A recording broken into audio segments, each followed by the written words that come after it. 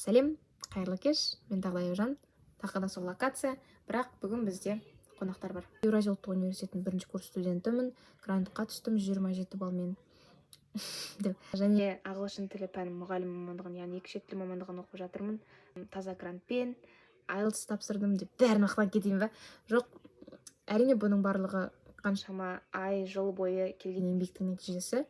Яғни сіздің дәл қазір істеп жатқан ісіңіз ол тегін емес, судың да сұрауы бар демекші. Сіз егер де жаңа тынбай еңбектеніп жатсаңыз, онда міндетті түрде осы мен айтып отырғандай нәтижеге жетіп отырмасыңызға кім кепіл? Сонымен видеоның аты айтып тұрғандай, бүгін мен өзімнің сіңілілерімнің, інілерімнің сұрауы бойынша жоспарды қалай дұрыс құру керек деген сұраққа өзімнің тәжірибем бойынша жауап бергім келіп тұр. Жоспар құру өте маңызды. Әсіресе ұбт-ға дайындық кезінде, не болмаса кез келген тестке дайындық кезінде жоспармен жүру өте маңызды. Сіз егер де не істейтініңізді, не жасау керектігін білмейтін болсаңыз, сіз нәтижеге жету ықтималдылығыңыз өте ақырын әрі эффектсіз болуы мүмкін. Яғни орысша айтқанда неэффективно болуы мүмкін. Енді жоспар құруда біз қалай жасаймыз? Календар аласыз. Наурыз ұбт-ға 2-1,5 ай қана қалды ма, сол айда дөңгелектеп қойып, сол айдың әрбір күнінде сіз мына әрекеттер жасау керексіз. Кез келген қойын дәптер, немесе блокнот, немесе жай 12 беттік дәптер. Бірінші бетін ашып, мына жерге уақыттың мына жаққа жасау керексізді. Мысалыға, сіз егер де курс оқитын болсаңыз, онда тіптен жақсы. Курстың тапсырмаларын көп жағдайда оқушылар кейінге қалдырып жатады. Неге? Өйткені бәлкім шаршап кеткеннен кейін, болмаса істеуге желание болмай жатқан кезде. Енді бұл нәрселерді ұмыту керек. Неге? Өйткені алда бізде бар жоғы 5 ай ғана қалды, тіпті 4 ай.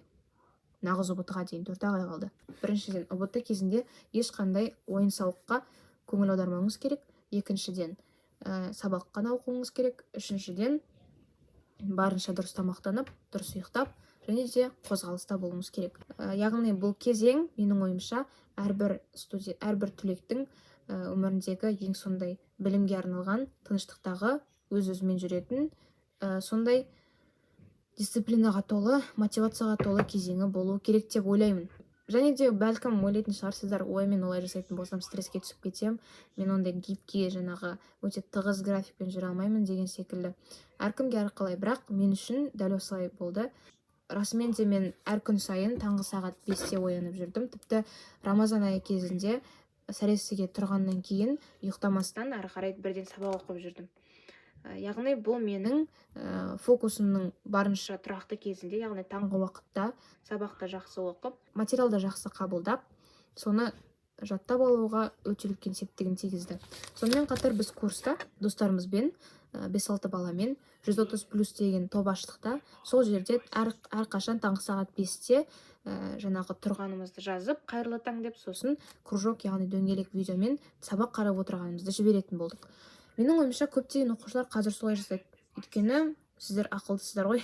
Және менің ойымша 130+ алғысы келетін әрбір оқушы қолынан келгенін жасап, жоқтан бар жасап, әртүрлі нәрсені үйреніп алады. Менің ойымша осы ұбт кезінде сіздің ең жақын достарыңыз болатын, ол сіздің курстағы достарыңыз. Және де сол достарыңызбен барынша тығыз қарым-қатынаста болатын болсаңыз, олармен барынша жақсы дайындалатын болсаңыз, біріншіден дайындығыңыз қызықты әрі эффективті өтеді. Сондықтан да барынша осындай орталарды жоғалтпауға тырысу керек. Бәрібір сіз де өзіңіз жалғыз дайындалып жоғары балл алам деген күннің өзінде топпен дайындалған 1% болсын эффективтілігі жоғары деп айтар едім.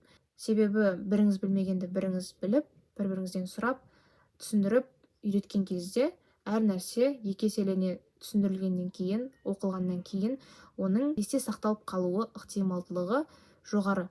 Дәл осы нәрселерді мен курстағы достарыммен жасадым. Мен тарих мектебі курсының түлегімін. 2025 жылға және де ең алғашқы түлектер кешінде болдым. Шынымен де сол кісілер менің осы ұбт жолымда барынша менің жоғары балл алуыма себепкер болған жандардың бірегейлері. Сондықтан да ұбт кезінде ортаның болуы өте маңызды. Және де екінші айта кететін нәрсе, ол романтизировать ету. Оқуды романтизировать ету. Бұл көп жағдайда қыз балалар осындай нәрсе көбірек бейімделген деп айтсам да болады. Яғни сондай сұрланып кеткен, көңілсіз жерде сабақ оқығаннан қарағанда, өзіңіздің локацияңызды өзгертіп, әртүрлі жерлерде, кітапханаларда, кафелерде, болмаса, білмеймін, мектептің ішінде, мектептің сыртында деп, сондай жерлердің бәрінде сабақ қарау, өзіңіздің бөлмеңізде бір ерекше постер жасап қою, жарық шамдар әкеп қою, әр сабақ қарап болған сайын жаңағы өзіңізге жетістік ретінде осындай сусын болмаса бір шоколад қойып, соны жеймін осы бітіргеннен кейін деген секілді өзіңізге сыйлық жасап қою, бұл сіздің сабақ қарауыңызға, сабақты дұрыс қарауыңызға, жақсы қарауыңызға, әрі фокусыңызды сақтап қалуға менің ойымша көмектеседі. Қатар телефонда бәріне әйгілі ұбт-ға дайындалатын, IELTS-ға дайындалатын әрбір екінші оқушы қолданатын приложение бар. Бұл YPT деген приложение. Менің ойымша оны барлығы біледі деген ойдамын, себебі барлықтарыңыз білетін шығарсыздар. Бұл приложениені мен де қолдандым. Яғни жаңағы курстастарыммен, достарыммен бірігіп, топ ашып, 5 балаға осы жақта сағатымыз санаймыз. Кім көп сабақ оқиды, сол әрине молодец. Жақсы бала. Сол баланың 130 балл алатынына уже сеніп тұрасың ғой. Тіпті мен максимум 10 сағатқа жеткізген шығармын, бірақ та менен көп 18-16 сағат оқитын балалар да болатын. Әрине бұл өте таңғалатын жайт. Бұл менің ойымша ең сондай пайдалы, телефонға кіріп кетпеуге, телефонға қарамауға көмектесетін бір мықты приложение деп ойлаймын. Жалпы бұл менде реклама емес негізі, жай ғана мен сіздерге маған көмектескен ең мықты деген жолдарды бөлісіп отырмын. Бұл видео негізі мейлінше курста оқып жатқан оқушыларға арналып кетті, себебі өзім сол жақта оқығаннан кейін, сол нәрсені көргеннен кейін, бәлкім тәжірибем көбірек болғаннан кейін бөлісіп отырған шығармын. Ал егер де ақылсыз оқымайтын, өз бетімен оқитын оқушылар болса, оларға айтатын тақырып кеңес бөлек. Және де мен оларға бәлкім айта алмайтын да шығармын, себебі ол балалардың зеректігі, ақылдылығы әрине жоғарырақ. Мен оны мойындаймын. Бастысы жоспар құру керек, курстағы достармен, куратормен жақсы қарым-қатынаста болып, барынша белсенді болып, өзіңнің ортаңда, өзіңнің сондай ең мықты ортаңды құрастыру керек. Андай сөз бар ғой.